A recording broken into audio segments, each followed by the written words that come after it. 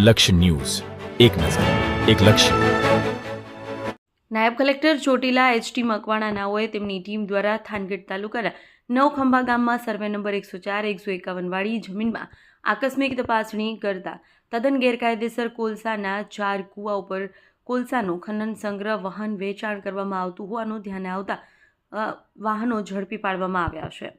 સાથે જ મળી 16,71,000 રૂપિયાનો મુદ્દામાલ મામલતદાર કચેરી ચોટીલા ખાતે ખસેડવામાં આવેલ છે. સાથે જ અનેક કિસ્સાઓ પણ મળી આવ્યા છે. માલિકો સામે ધ ગુજરાત મિનરલ 2017ના રૂલ્સ મુજબ નિયમ અનુસાર કાર્યવાહી તેમજ લેન્ડ ગ્રેબિંગ અને તડીપારની કાર્યવાહી હાથ ધરવામાં આવી છે.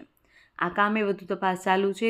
જે વ્યક્તિઓના નામો સામે આવશે તેઓની વિરુદ્ધ ઉક્ત કાયદા મુજબ નિયમ અનુસાર કાર્યવાહી કરવામાં આવશે. વધુમાં નળખંભા ગામના સરપંચ અને તલાટી કમ મંત્રી સામે કાયદેસરની કાર્યવાહી હાથ ધરવામાં આવશે. દેવમ ત્રિવેદી, સુરેન્દ્રનગર. આજે જે નળખંભા ગામે કોલસાના કૂવા પર રેડ પાડી અને શું વિગતે છે? ચોટીલા સબ ડિવિઝન હેઠળના થાનગઢ તાલુકાના નળખંભા ગામે ખાખરાથળ વીડની બાજુની અંદર સીમ વિસ્તારની અંદર આજે અમારી નાયબ કલેક્ટર પ્રાંત ચોટીલાની ટીમ સાથે અમે તપાસમાં હતા ત્યારે હકીકત મળેલી કે ગેરકાયદેસર કોલસાનું ખનન વીડ વિસ્તારની આજુબાજુ ચાલુ છે.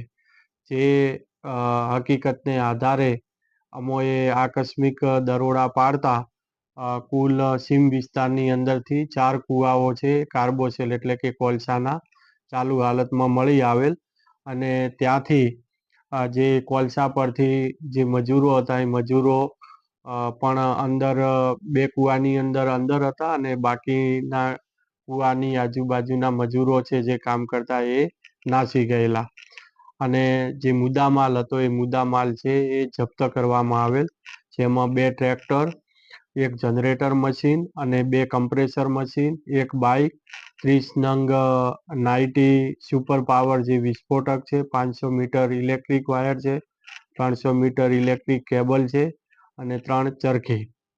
આ મળીને કુલ 16,71,000નો મુદ્દામાલ જપ્ત કરી અને મામલતદાર કચેરી ચોટીલા ખાતે ખસેડવામાં આવેલ છે.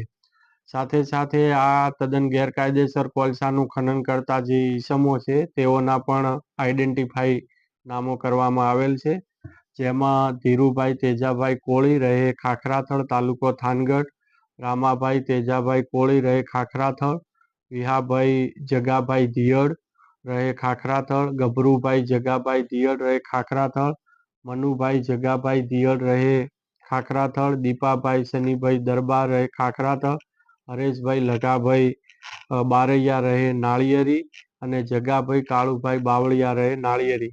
આમ કુલ 8 ઈસમો જે તદ્દન ગેરકાયદેસર આ કૂવાઓ ચલાવતા હતા તેઓના નામો આઈડેન્ટિફાઈ કરવામાં આવેલ છે. સાથે સાથે 9 મજૂરોને પણ કૂવામાંથી રેસ્ક્યુ કરવામાં આવેલ છે. આ 8 જે ઈસમો આઈડેન્ટિફાઈ થયેલ છે તેઓની સામે જુદા જુદા કાયદાના ભંગ બદલ અને તદ્દન ગેરકાયદેસર કોલસાનું ખનન પ્રવૃત્તિ કરતા હોય તેઓની સામે કાયદેસરની કાર્યવાહી હાથ ધરેલ છે.